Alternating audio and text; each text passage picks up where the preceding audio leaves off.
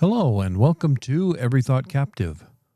One of the things I want to provide through this channel is to help Bible teachers and small group leaders to stay abreast of helpful resources that are available. One of them is a series of studies published by Banner of Truth called the Mini Guide series. There are several paperbacks published that cover different topics. Some of them are everyday living, some are life of the mind, some are theological in nature. I'll be covering several books in the series in coming weeks, but I'd like to provide a little reading today from the one entitled Living the Psalms, written by David P. Murray, subtitled Learning to Glorify and Enjoy God Each Day. Going to read a section out of the chapter on praying the Psalms. And let me give you a look at the book first. So this is what it looks like. Little paperback. It's designed in 13 chapters to cover quarterly teaching schedules, if that's the way your class or your small group is organized. And if not, you could still find a way to fit these in if you look at them and find they would be helpful for your fellowship.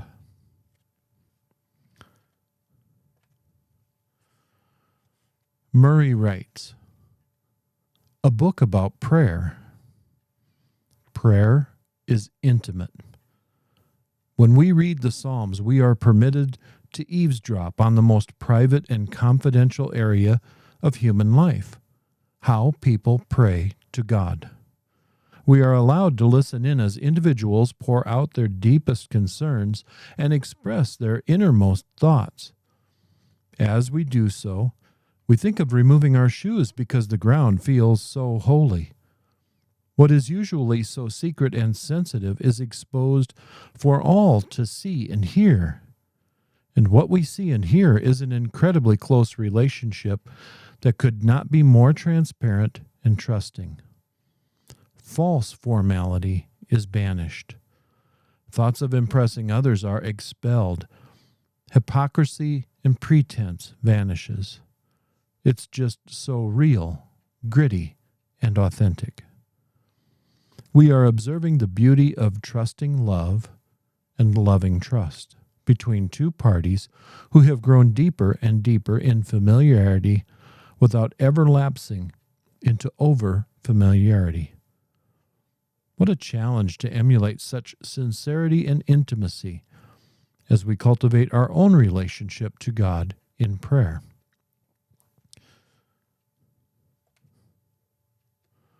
Prayer starts with God. Just as in the Lord's Prayer, the psalmist usually begins with God's character, name, kingdom, and will. It's not a mere shopping list of self-centered daily demands. Rather, he starts with God, and with that God-centered perspective, he then begins to pray about his own life and situation. And having done that, he often returns to who God is and what God is doing. Prayer is concrete. Having said all that, the psalmist gets to the point.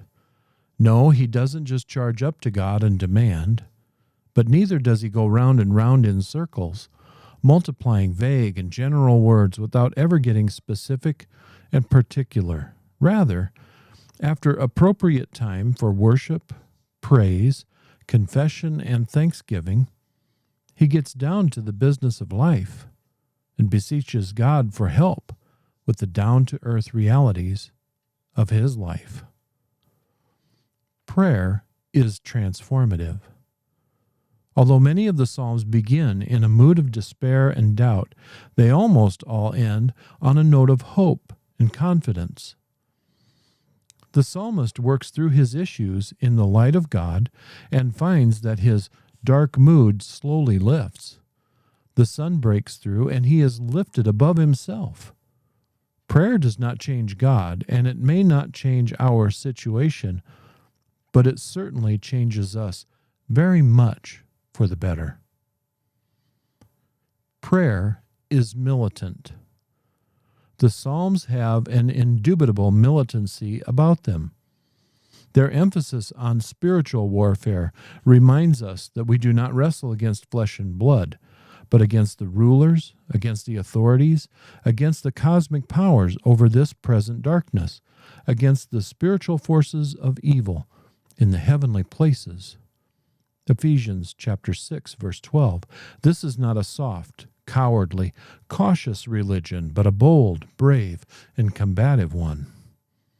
We can almost smell the gunpowder, hear the rockets, and sense the ground shaking under us as the psalmists engage the enemy and call on God to appear for his people and act decisively for them in the face of terrible odds stacked against them. They remind us that the weapons of our warfare are not of the flesh, but have divine power to destroy strongholds. We destroy arguments and every lofty opinion raised against the knowledge of God, and take every thought captive to obey Christ.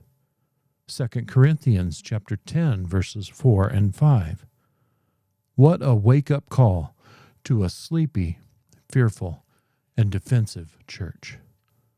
Thank you for spending time with me today. May God bless you richly in Christ. We'll see you again soon, God willing.